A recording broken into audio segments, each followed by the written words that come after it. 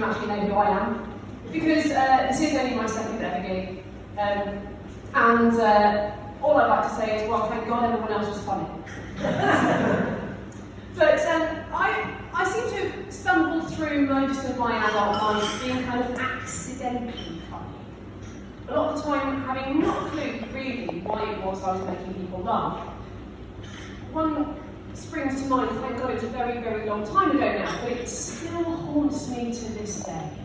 I was at a work conference, and it was a presidential thing, about 2 or 3 days. And it was a combination of some people I knew vaguely, and some people I had never met before. We sat down to dinner. And it was a very classy place because the starter arrived and it had a glacé cherry on the top. Now, personally, I think glacé cherries are an abomination. But equally, I didn't want to be that person who was a bit picky and just left things on the side. So I did what I thought was the polite, socially acceptable thing to do. Word of advice: don't, when sitting down to dinner with a bunch of relative strangers that you have to work with for the next 48 hours, ask if anybody would like your cherry. It's awkward, it's very awkward. Or that situation I used to get into quite a lot as a young adult. I'd be down the pub with my mates, and you'd be sitting there, take a big swig of beer, and somebody does or says something funny. And you're like that, aren't you? And at this point, I think you've got 3 choices. You either dribble it back into that glass, but then, let's face it, you're not drinking that anymore because it's got floaters in it now. You could do the tempting thing, which is to spray it over the table, which at least has some kind of comedy value temporarily. Or you do what I think is the right thing, and you control your reflexes, and you force that fluid down. Now, I got very good at this. And most people, most normal people, at this point, they move on with their lives, and they carry on the conversation. Not Mary, oh no, not me. Because at that point, I've got an audience. And so I would then turn to my almost entirely straight male friendship group and say, don't worry lads, I always swallow. I hear it now, but at the time, not a clue. It took an embarrassingly long period of time for me to realise. We're talking years here, years and years of them, let's face it, doing this on purpose. And then laughing hysterically. When I did finally work out what was actually going on, I was so repulsed, I think is probably the word, that well, all you really need to know is I am definitely a lesbian. No doubt about it. I've been clothes shopping recently, and I have a kind of love-hate relationship with clothes. I really like clothes, but I really, really hate shopping for women's clothes. Because there's a whole long list of things I won't wear, because I'm not kind of stereotypically feminine, you know. I don't like things with frills, or bows, or, you know, pastels, flowers, butterflies, hearts. I'm not going to wear pink. But for the love of God, give me proper pockets. Yes! What is it about women's clothes and pockets? Men's trousers, okay? You could fit a mobile phone, a wallet, a bunch of keys, some spare change, and you've still got a little bit of space to have a quick fumble when you're bored, haven't you? Women's trousers, if you've even got a real pocket, not one of those kind of pretend ones, you're lucky if you can get a non-applicator tampon in one of those. And if you do, don't sit down, because as soon as you do, it's on the floor and rolled away. I have a theory.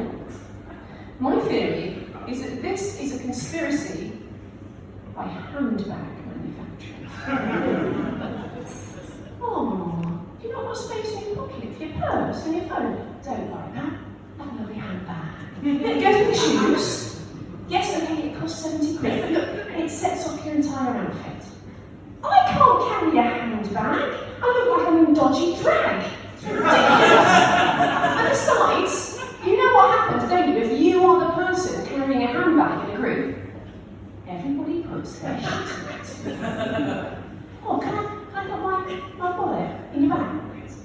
Can I I put this thing I just bought in your bag? Because I didn't want to buy a bag for 10p because you made me buy a match.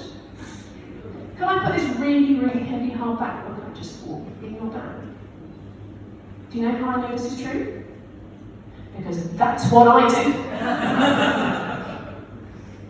So, much like Sooty earlier on, I have just celebrated 10 years of being with my wife. I think I deserve applause for that too. No, I'm a very lucky woman, sorry. And over those 10 years, one of the things that we have realised is that almost everybody in our two families is neurodiverse. Can you see there's a theme this evening? Everybody except for her. Now, let me give you a little bit of context. She is a specialist autism teacher for Birmingham City Council. She's fantastic at what she does. She goes into schools and she observes kids in the classroom, see how they're coping, and she gives advice and that kind of stuff. And I reckon that living with us, for her, is a little bit like that woman in the 1970s who lived with gorillas. But for us, she's the special needs kid. No, that's right, it's not her fault. She has literally no idea that there is a right and a wrong way to do everything. Doing everything. It's taken us 10 years to train her how to load the bottom rack of the dishwasher. We're not going for the top rack. There are so many variables, her little head will just explode. And I find myself occasionally watching her doing things. I shouldn't do it really, it's kind of been, but it's fascinating. I'll sit there and I'll just watch her do it. She'll be cooking. It really doesn't matter. Thinking, why? Why are you doing it like that? When it's so much better to do the way I do it. And every now and then, I can't help myself, and I'll go, my love, I love you. It's not criticism. Why are you doing it like that? And at this point, she will do one of two things. She will either give me the finger and tell me to fuck off, which is fair, or she'll say a phrase which baffles me and terrifies me in equal measure. She'll look up and she'll go, oh, I don't know, I wasn't thinking. I'm sorry! Yeah, but how does that even work? Do you mean to tell me that you don't have some kind of constant diagnostic running in the background of your brain, analysing every single decision, action, comment, thing you've done, from the moment you wake up to the moment you go to sleep, and giving you a constant bit of feedback about how badly you've cocked up and how you can do it better next time? No, that's not a thing. Apparently not. And the reason that this frightens me so much is that this kind of autopilot that neurotypicals seem to have is that if we accept what we are led to believe, and that is that neurotypicals are the majority population of the world, right, then these people are running shit. And half the time they have no idea what they're doing. How is it that civilization hasn't completely ground to a halt? I'll tell you why.